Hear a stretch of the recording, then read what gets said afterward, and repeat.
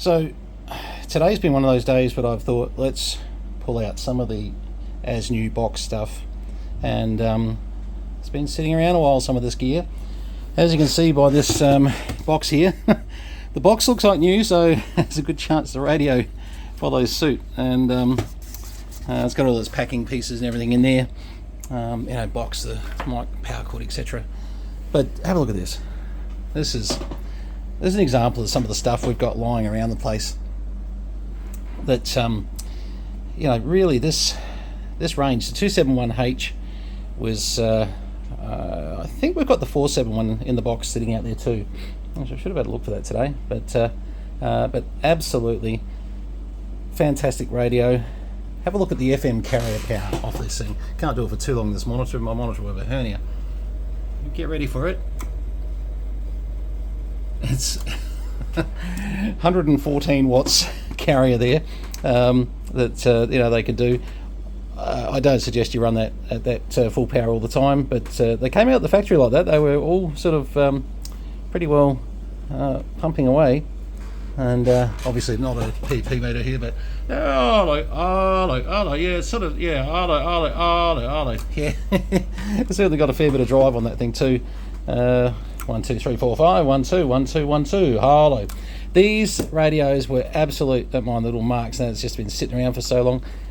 We need to give these things a dust off, but one of the things that everybody loved about the 271 series, 275 as well, they're both equally very good.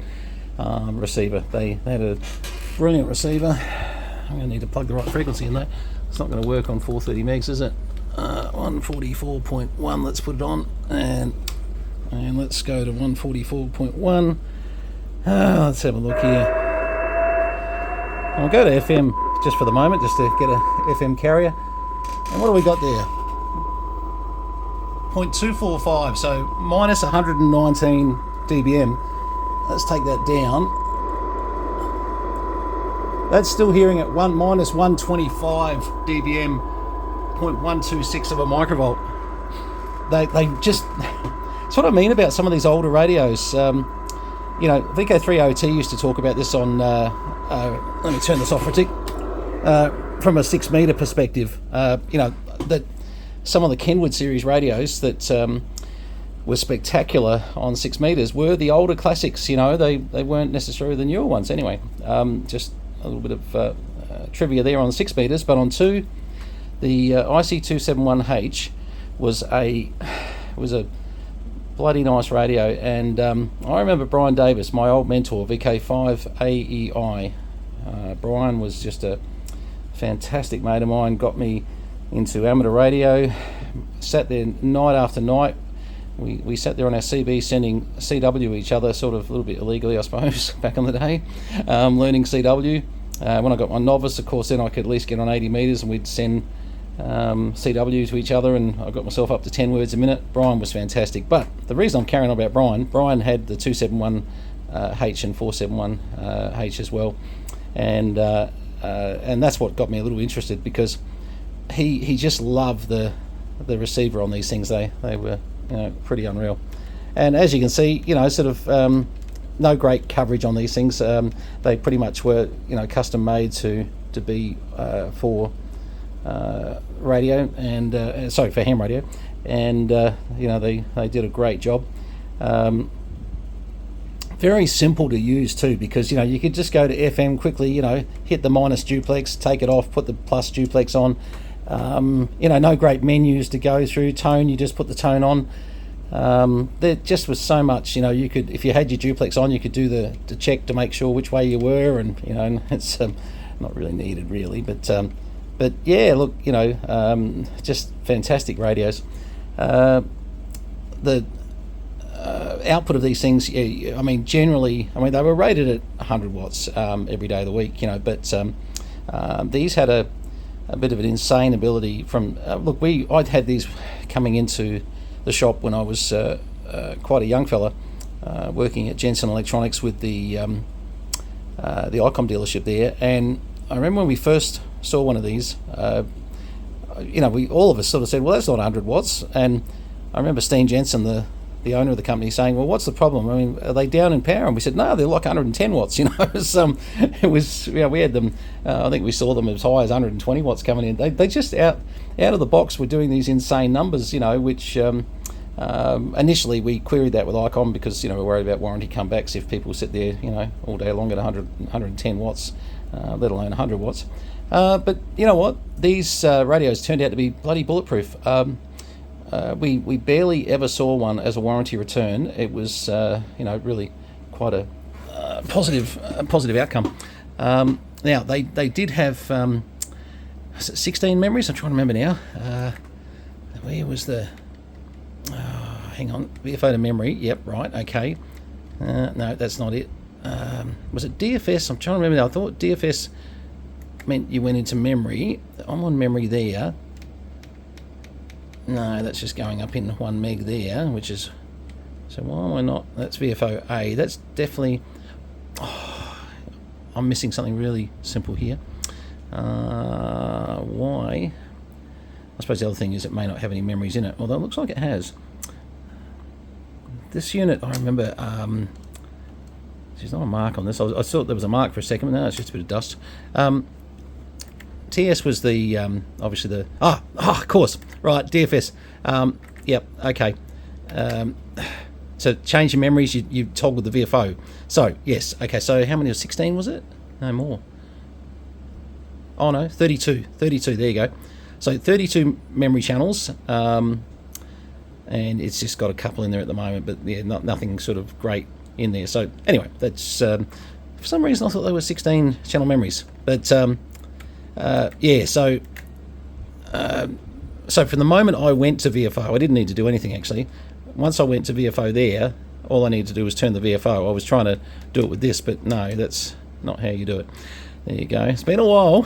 It's been a while.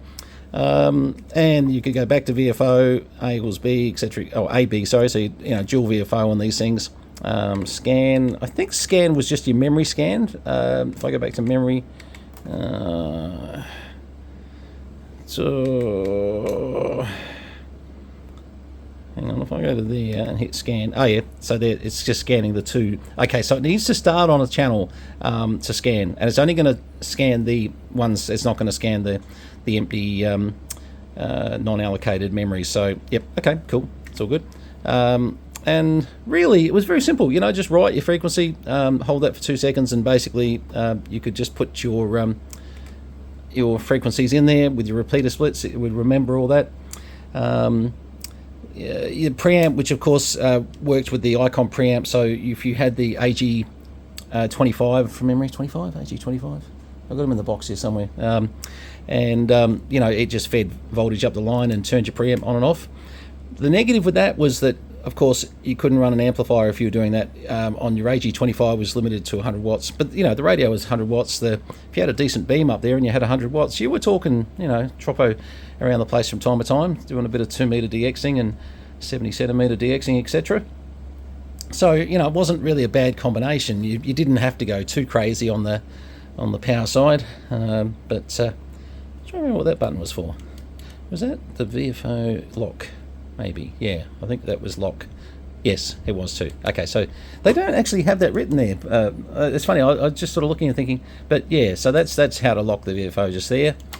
Bingo. And the TS was just the how fast your VFO went, versus like so, etc., etc. The DFS, I'm just trying to, I'll have to pull the book out for that. I'm trying to think whether that was part of the scanning. Yeah, it's going to come back to me. I'll need to read the book on that one actually. But overall, great radio. The era, late 80s from memory. I've got to think about when I was working where, because we saw these before I went to Motorola, so it had to be 80s. Yeah, okay. By the 90s I was stuck in Motorola for sure. Stuck. It was a good place to be stuck. Trust me.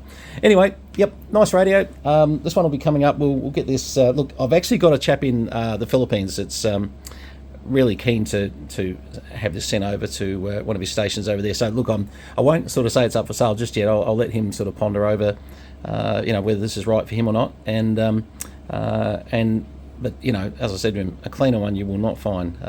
There's a lot of 271s getting around, and they are, you know, they're beaten up, and they've, you know, certainly not box books, etc.